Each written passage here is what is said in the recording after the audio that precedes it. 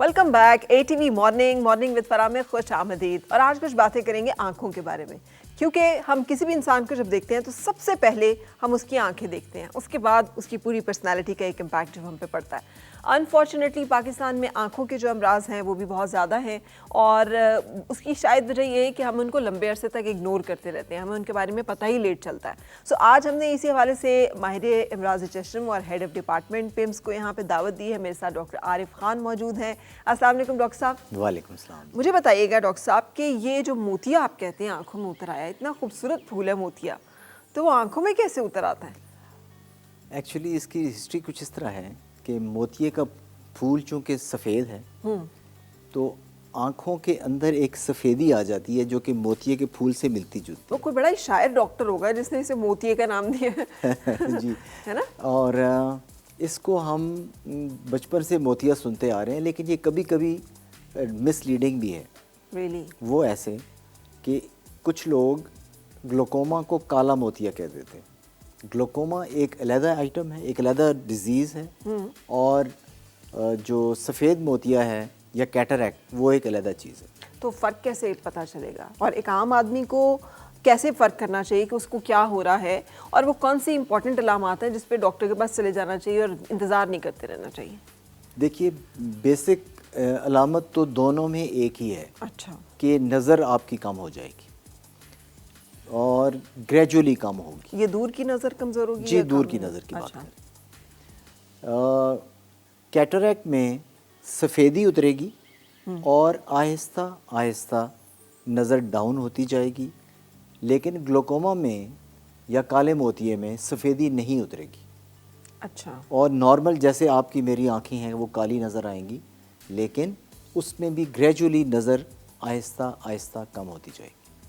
लेकिन इसको डिफ्रेंशिएट करने के लिए ज़रूरी है कि आप मरीज़ कुछ थोड़ा सा सेंसिबल हो और उसको ये समझ आए कि मेरी सामने की नज़र ख़राब है या मेरी साइडों की नज़र पहले ख़राब हो रही। फॉर एग्ज़ाम्पल, आप गाड़ी चला रही हैं और साइड से कोई जानवर या कोई भी बच्चा आ गया और आप उसको अप्रिशिएट अगर नहीं कर पा रहे तो एक दफ़ा गलती हो सकती है, दो दफ़ा गलती हो सकती है, लेकिन थर्ड टाइम आपको अलार्म बज जाना चाहिए। ये सिर्फ साइड की आप बात कर रहे हैं? जी, मैं साइड की बात कर रहा हूँ। जो ग्लोकोमा है या काला मोतिया है, इसमें सेंटर की नज़र बहुत अरसे तक ठीक रहती है। अच्छा। जैसे मैं आपको देख रहा हूँ, सीधा देखेंगे तो सही है, लेकिन साइडें आपकी कमज़ोर होती जाएंगी। अच्छा। With the passage of time. सही। और फिर लेटर स्टेजेस में साइडों पे नज़र आना बिल्कुल बंद हो जाता है, और इसीलिए हमारी मेडिकल टर्म में उसको टनल विजन कहते हैं। यानी आपको किसी सुरंग में से जैसे देख रहे हैं, साइडें काली हैं और सामने आपको लाइट नज़र आ रही है, ऐसे सेंटर में आपको नज़र आता है और साइडें बिल्कुल गायब हो जाती हैं। ठीक है। और ये एज बाउंड है, एज से रिलेटेड है? नॉट ज़रूरी नहीं है। और इसका जेंडर से भी कोई ताल्लुक नहीं है? ज़रूरी नहीं है। सही। डिपेंड करता है कि डिज़ीज़ कितनी तेज़ी से प्रोग्रेस की है और कौन सी है, किस किस्म की है। यानी इसमें भी टाइप्स हैं। भी आगे से टाइप? जी, टाइप्स हैं। तो जो काला मोतिया है अमूमन ये काफ़ी वक्त लेता है, एकदम ये सब कुछ नहीं होता। उससे पहले फ्रीक्वेंट हेडेक्स होंगे आपको। कई दफ़ा हमारे पास लोग आते हैं, वो कहते हैं जी कि डॉक्टर साहब हमारे सर में बड़ा दर्द है, और मेडिकल डॉक्टर ने या दूसरे जो किसी शोबे के डॉक्टर ने रेफ़र किया न्यूरोलॉजिस्ट ने कि आप अपनी नज़र चेक करवाइए।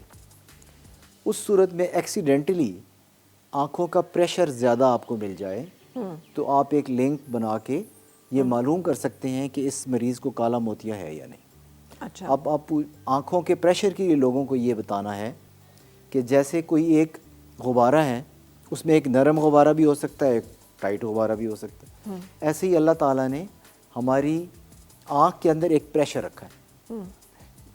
वो नॉर्मल पॉपुलेशन में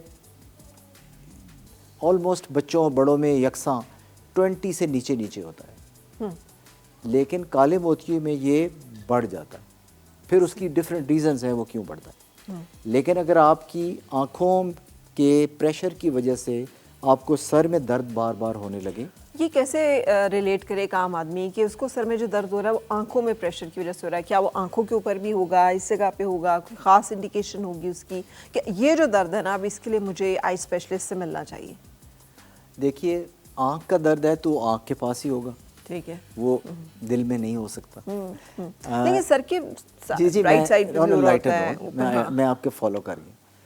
उसमें मैडम ये है कि जो आँखों का दर्द काले मोती की वजह से होता है वो कांस्टेंट नहीं होगा, इंटरमिटेंट होगा। इंटरमिटेंट का मतलब है कि किसी ख़ास टाइम ऑफ द डे जिस वक्त प्रेशर हाई हो बहुत ज़्यादा और साथ उसकी वॉमिटिंग होगी उसको। अच्छा जी, ज़रूरी नहीं हो लेकिन मतली की फीलिंग हो सकती है। तो ऐसे पेशेंट कि जिनको सर के दर्द के साथ मतली की फीलिंग हो, उसमें कुछ और भी बीमारियां हैं हमारी जो कि फॉल करती हैं, लेकिन उसमें से एक काला मोतिया भी है। ठीक है, ऐसी सूरत में चूँकि प्रेशर को कोई नापने का कोई, जैसे ब्लड प्रेशर आप कर लेते हैं वो नहीं है आला, उसको मशीन पे ही चेक किया जाएगा। तो इसलिए करीबी आई स्पेशलिस्ट या सरकारी हॉस्पिटल के अंदर ये सहूलत मौजूद है और जाके अपने प्रेशर को चेक करवाया जाए ताकि इसको रूल आउट करें। उसकी वजह ये है कि जो सफ़ेद मोतिया है उसको तो आपको, जैसे आपने क्या प्यारा फूल है तो इसको प्यारी डिजीज़ कह लें, वो इसलिए कि इसमें 100% रिकवरी हो जाती है। अच्छा, ऑपरेशन होता है और ठीक हो जाता है? बिल्कुल ठीक, जैसे आपकी नज़र पहले थी वो वापस आ जाएगी। सही। लेकिन काले मोतिये में ऐसा नहीं है। तो फिर उसका क्या होगा? उसका ये है कि जो नज़र काले मोतिये ने ख़राब कर डाली वो तो अनफॉर्चुनेटली वापस नहीं आएगी। आप जो आपके पास बची कुची नज़र है उसको आप सेव कर सकते हैं। ठीक है। तो this is the best we can do. लेकिन इसमें जो इम्पोर्टेंट मैसेज मैं लोगों को देना चाहता हूँ वो अर्ली डिटेक्शन है। और अर्ली डिटेक्शन का मतलब है कि जल्द मालूम हो सके कि ये काला मोतिया आ गया है। ठीक है। और उसको मालूम करने के कुछ चीज़ जो मैंने आपको बताया कि आहिस्ता आहिस्ता नज़र का कम होना, साइडों पे कम नज़र आना, सर का दर्द जो वक्फे से और जाए ना, किसी भी गोली खाएंगे आप वो हट जाएगा लेकिन फिर आ जाएगा। ठीक है। और इसके अलावा एज जो आपने पहले बात की, 50 से ऊपर लोगों को ज़्यादा चांसेस होंगे बजाय यंग लोगों के। और इसका कोई ताल्लुक नस्ल से भी है, ख़ानदान से भी है, मुंतकिल भी होता है ये जेनेटिकली? देखिए, जीन्स पे तो इतना काम हो चुका है, जीन्स का ताल्लुक हर चीज़ से है, तो आँखों से भी होगा। काला मोतिया जीन्स में जाता है और अगर आपके वालिद, वालिदा, दादा, दादी, नाना, नानी किसी को भी काला मोतिया है तो आप एट रिस्क हैं और आपको अपने आप को स्क्रीन करवाना चाहिए और इंटरमिटेंटली डॉक्टर्स के पास जाके अपने आप को दिखाना चाहिए, क्योंकि ये किसी वक्त किसी भी लम्हे किसी को भी हो सकता है। डॉक्टर साहब, क्या सिर्फ स्क्रीन कराना ही इसकी प्रिवेंशन है या इससे बचा भी जा सकता है? कुछ ऐसा भी किया जा सकता है जिसकी वजह से हम इसको अवॉइड कर सकें कि हो ही ना? ऐसी देखिए, अवॉइड जब बीमारी का पता लगेगा तो फिर ही उसका कोई तदारुक किया जाएगा। और छोटे बच्चों में मैं आपको ये बताना चाहूँगा कि जो नौमौलूद बच्चा है उनके अंदर अगर आँखें बड़ी बड़ी हैं, आँखें प्यारी प्यारी, और शायरों की ज़बान में उसको गज़ाली आँखें भी कहा जाता है। अच्छा। तो आपको थोड़ा सा अलर्ट होना पड़ेगा। यानी ये खूबसूरत आंखों की बीमारी है? जी, ये खूबसूरत आँखों की बीमारी है बच्चों में, बड़ों में नहीं। अच्छा, हाँ जी, ठीक है। छोटे बच्चों में अगर काली पुतली या ये जो काला आपका कॉर्निया है, इसका साइज़ ज़रूरत से ज़्यादा बड़ा है और देखने में बड़ी प्यारी प्यारी लगेंगी, बच्चे होते ही प्यारे हैं, लेकिन जो जिसकी आंखें बड़ी हों तो वो और प्यारा नज़र आता है। और माँओं को ये चाहिए कि ऐसे बच्चे जिनकी आंखें उनको ज़रा थोड़ी आम बच्चों से हट के बड़ी बड़ी नज़र आएँ तो वो फिर इसकी ज़रूर स्क्रीनिंग करवाएं, इसलिए कि छोटे बच्चों में बड़ों की निस्बत आँख का साइज़ बड़ा होगा काले मोतिये में। ठीक, और ये बच्चों में भी हो जाएगा, न्यू बॉर्न बेबीज़ में भी पाया जाएगा? जी बिल्कुल पाया जाता है। तो वो फिर ख़त्म तो आप कह रहे हैं होता नहीं है किसी तरह से, तो क्या इसको एब्सोल्युटली ख़त्म करना मुमकिन है अगर ये यंग एज में किसी को हो जाए तो? जी, मैं उसकी तरफ आता हूँ। बड़ों में इसकी दो तरीका इलाज है। एक मेडिकल ट्रीटमेंट है जिसमें कि हम आँखों के ड्रॉप्स या कतरे देते हैं, उनको इस्तेमाल करना पड़ेगा और उससे ये कंट्रोल में आ सकता है। दूसरा सर्जिकल ट्रीटमेंट है जिसके अंदर कुछ लेज़र्स हाल ही में इन्वेंट हुई हैं। सही। लेज़र्स लगाने से भी उसका इलाज होता है। और फिर अल्टीमेटली सर्जरी है। सर्जरी में फिर डिफरेंट टेक्निक्स हैं। ये 3 तरीके या 2 तरीके बड़ों के लिए, लेकिन छोटे बच्चों में जिनका मैंने अभी जिक्र किया कि बहुत प्यारी प्यारी आंखें होंगी, उनमें हम सर्जरी के ऊपर अर्ली सोचना शुरू कर देते हैं कि जल्दी सर्जरी हो जाए। जी। तो जितनी जल्दी डिटेक्ट होगा उतनी जल्दी सर्जरी होगी और उतना जल्दी पता चलेगा और उतना उसके आँख के बचने के चांसेस ज़्यादा हों। तो डॉक्टर साहब, बच्चों में और क्या अलामात आएंगी? बच्चे तो सर का दर्द भी नहीं बता सकते, बेचारे रोएंगे ज़्यादा से ज़्यादा, माँ को तो ये भी नहीं पता चलेगा सर में दर्द हो रही है कि पेट में दर्द हो रही है। और बच्चों में तो ख्याल भी नहीं जाता कि इनके सर में भी दर्द हो सकती है। हम तो इस पेट के गिर्द ही घूमते रहते हैं, कॉलिक हो गया है, पता नहीं कुछ बदहजमी हो गई है, पता नहीं क्या कोई चीज़ आ गई है, हाँ किसी चीज़ ने डरा दिया है। जी, आपने बिल्कुल दुरुस्त फरमाया। बच्चे 2 किस्म के हैं। एक तो जो गोदी में बच्चे होते हैं, नौ मौलूद, जिनको वो तो बेचारे रोते ही रहते हैं जी, चाहे दर्द हो ना हो वो रोएंगे। ठीक है। उसमें मैंने आपको अलामत बता दी कि आँखों के साइज़ से आप अलर्ट कर सकते हैं, डिटेक्ट कर सकते हैं और जाके मालूम कर सकते हैं डॉक्टर को दिखा के। ठीक। ख़ास तौर पे वो बच्चे जिनकी फैमिली में ये बीमारी होगी। अगर आपके मैंने जैसे बताया ख़ानदान में किसी बुज़ुर्ग को भी काला मोतिया है तो आपके बच्चे की आंख अगर बड़ी है तो आप ज़रूर उसको फौरी तौर पे चेक करवा दीजिए। सही। उसके बाद जो बच्चे स्कूल गोइंग एज को चले जाते हैं, इनमें अमूमन पता करना इतना आसान नहीं होगा, लेकिन आप उसकी एकेडमिक परफॉर्मेंस से उसको कंसिडर कर सकते हैं, उसको डिटेक्ट कर सकते हैं। अगर उसको नज़र नहीं आता तो माँ या उस्ताद इस बात को यकीनी बनाए कि वो उसको नोट करें कि ये बच्चा पीछे बैठता है, आगे बैठता है। जो मुस्तकिल आगे बैठे और पीछे बैठने पे रेजिस्ट करे तो आपको इस बात पे शक होना चाहिए कि क्या इसकी नज़र तो ख़राब नहीं है। ठीक है। तो इस तरीके से मालूम हम कर सकते हैं कि ये इन बच्चों में बीमारी है या कि नहीं है। बिल्कुल सही। अच्छा, अब इसकी जो सर्जरी है, जो आप कह रहे हैं बड़ों में सर्जरी की तरफ आप जाते हैं, उसके कितने % रिजल्ट्स आएंगे? कितने लोगों को ऑप्ट करना चाहिए सर्जरी के लिए, और क्या इसका कोई अल्टरनेट भी है, इलाज मौजूद? देखिए, मैं पब्लिक की अवेयरनेस के लिए, जो तो शहरों में रहने वाले लोग हैं और जो इसको हम अपनी ज़बान में डिफरेंट कहते हैं, लेकिन लोगों को समझाने के लिए, जिन लोगों को यकीन है कि वो अपनी आँख का इलाज एक लंबे अरसे तक जारी रख सकते हैं। देखें, अगर आपको मैं कहूँ कि आप इस गिलास में से 3 दफ़ा सिप करेंगी पानी for next 10-15 years, it will be very difficult for you कि अब कभी आप क्या कर रहे हैं, कभी आप कहाँ हैं, कभी आप भूल गए हैं, अपने कामों में मसरूफ़ हैं, या कभी अवेलेबल नहीं है चीज़ जो आप करना चाहते हैं। ऐसे ही अगर जो वो लोग कि जो रिलीजियसली दिन में 2 दफ़ा या 1 दफ़ा या कभी कभी 3 दफ़ा भी हम दवाइयाँ देते हैं आँखों में डालने के कतरे, उसको रिलीजियसली डाल सकते हैं, उन लोगों के लिए मेडिकल ट्रीटमेंट जो है वो बहुत इफ़ेक्टिव रहती है।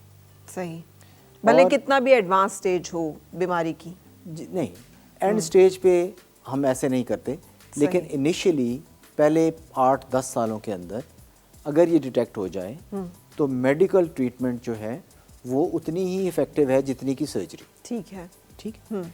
अब इसमें जो चीज़ समझने वाली है लोगों को समझाने के लिए कि जैसे हमारे बुज़ुर्ग हैं, किसी को ब्लड प्रेशर हो जाए और वो ब्लड प्रेशर की गोली लेगा तो वो चंद घंटों के लिए उनको रिलीफ देगी, उसके बाद नेक्स्ट डोज अगर वो नहीं लेंगे तो ब्लड प्रेशर फिर हाई हो जाएगा। ऐसे ही आँखों का भी प्रेशर है कि अगर आपने उस कतरे और अगले कतरे की डोज मिस की तो उस टाइम के दौरान आपका प्रेशर हाई होगा और उसको नापने का कोई साइन नहीं।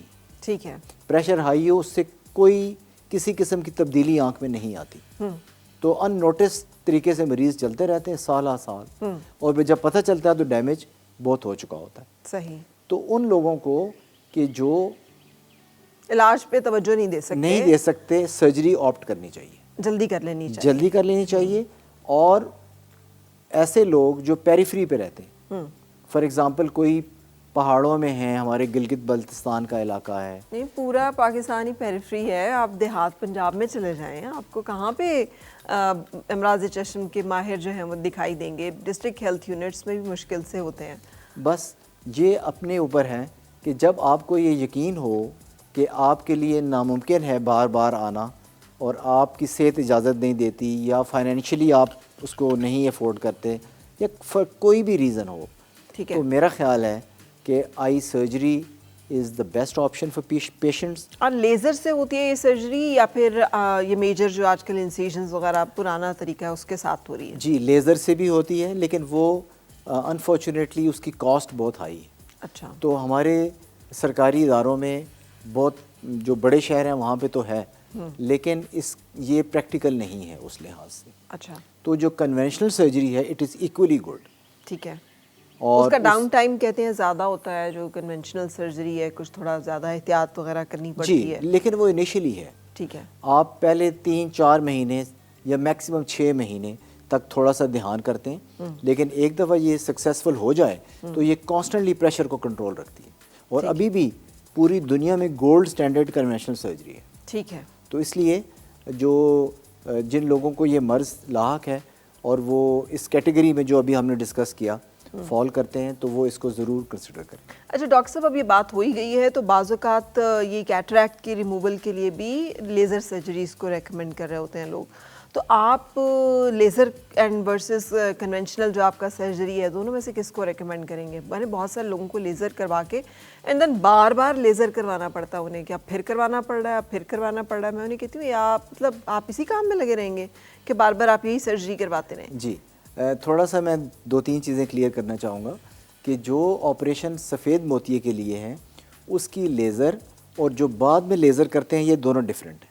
अच्छा, जो फर्स्ट लेज़र है वो एक्चुअली लेज़र नहीं है, अच्छा, लेकिन चूंकि ये शुरू में आई तो उसको लेज़र का नाम दिया गया, तो अब वो एक सबका वो गलतुल आम बन चुका है। ठीक है। तो बेसिकली वो एक ऐसा तरीका है कि जिसमें बग़ैर कट लगाए, बग़ैर चीरा दिए आप सफ़ेद मोतिये को निकाल लेते। ठीक है।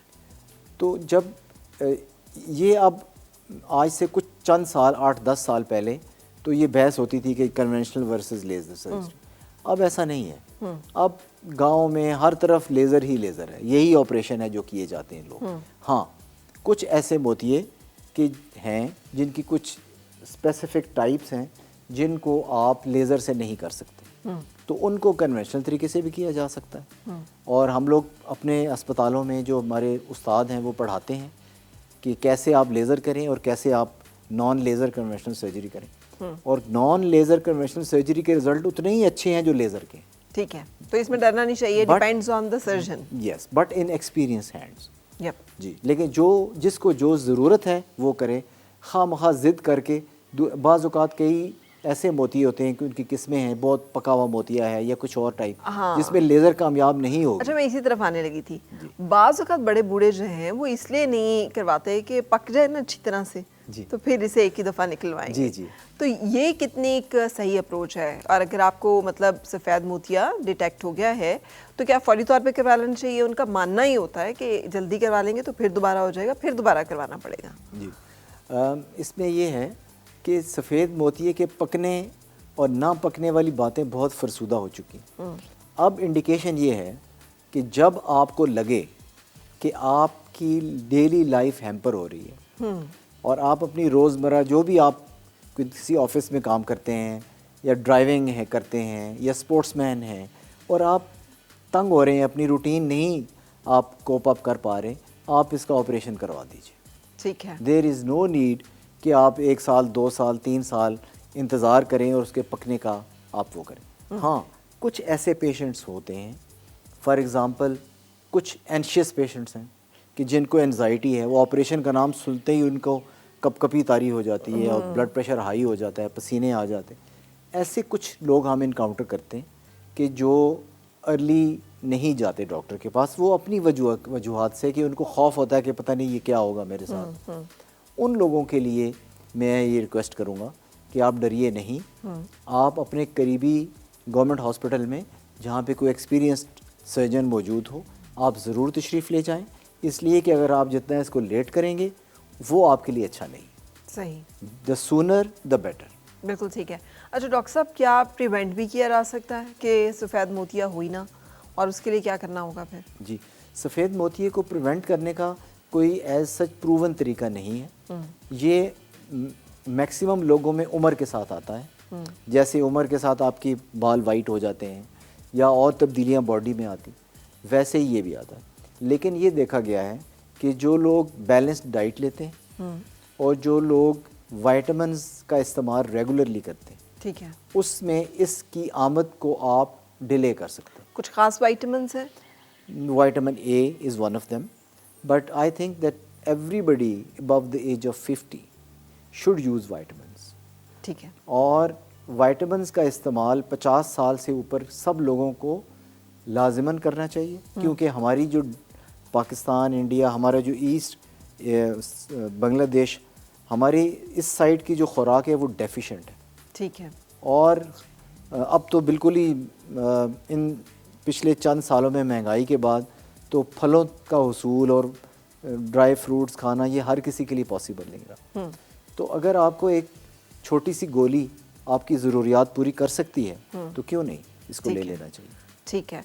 और कितना आप समझते हैं कि जिन लोगों की आंखें आई साइड मुसलसल गिर रही हो, उसको स्टेबल करने के लिए भी क्या कोई आंखों की एक्सरसाइजेस, कोई तरीका कारगर हो सकता है या नहीं? बच्चे बहुत जल्दी एज से ही उनको मतलब ग्लासेस लग जाते हैं और फिर बतदरीज नंबर जो है वो गिरता रहता है। अब जो आई साइट की आपने बात की कि जिनकी आई साइट बहुत तेज़ी से गिरती है, इसकी मुख्तलिफ वजूहात हो सकती है। बच्चों में आपने ज़िक्र किया, बढ़ोतरी के साथ, उम्र के बढ़ने के साथ बच्चों का कद भी बड़ा होगा, तो जैसे आपके हाथों का और पैरों का साइज़ बढ़ेगा तो आँख का साइज़ भी बढ़ेगा।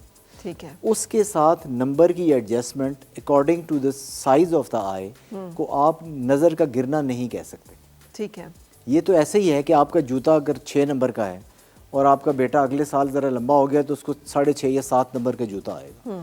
तो it should be considered according to the height and age of the person, yes, of the child.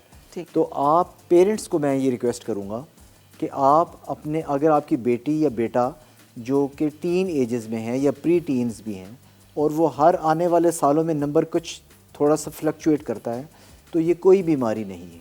अच्छा, ये नंबर ना हो नंबर जाए। बिल्कुल परेशान ना हो, ये आपके बच्चे की उम्र के साथ साथ नंबर हम अपडेट किए जा रहे हैं टिल द टाइम कि उसकी बढ़ोतरी रुक जाए। और वो क्या एज है जिस एज के बाद रफली आप उसको 18 साल आप कह सकते हैं। सही। इसमें कुछ ऊपर नीचे भी किया जा सकता है, लेकिन अगर इसके बाद भी आपकी नज़र अचानक गिरी जा रही है और रुक नहीं रही, तो देन आपको डिफरेंट और तरफ सोचना पड़ेगा कि क्यों ये ऐसा हो रहा है। ठीक है। और उसमें फिर हम डिफरेंट टेस्ट करते हैं और उन टेस्ट की बेस के ऊपर हम अंदाज़ा लगाने की कोशिश करते हैं कि इस मरीज़ को क्यों बतदरीज नज़र कम हो रही। Thank you very much doctor Arif साहब, आप हमारे साथ रहे। और अक्टूबर के महीने में वर्ल्ड जो है वो साइट डे भी था, यानी अपनी आँखों की और अपनी नज़र की जो है वो हिफाजत करना बहुत ज़रूरी है। इस हवाले से हमने ये सेशन आपके साथ शेयर किया है। होप कि आप ये गाइडलाइंस जो है उस पर अमल करेंगे। वक्त एक ब्रेक का हो गया है। ब्रेक के बाद मैं आपकी मुलाकात कराऊंगी अपने आज के मेहमान से। और मिलके गुनगुनाए हैं गुमशुदा जो खुशियाँ, सारी वो ढूंढ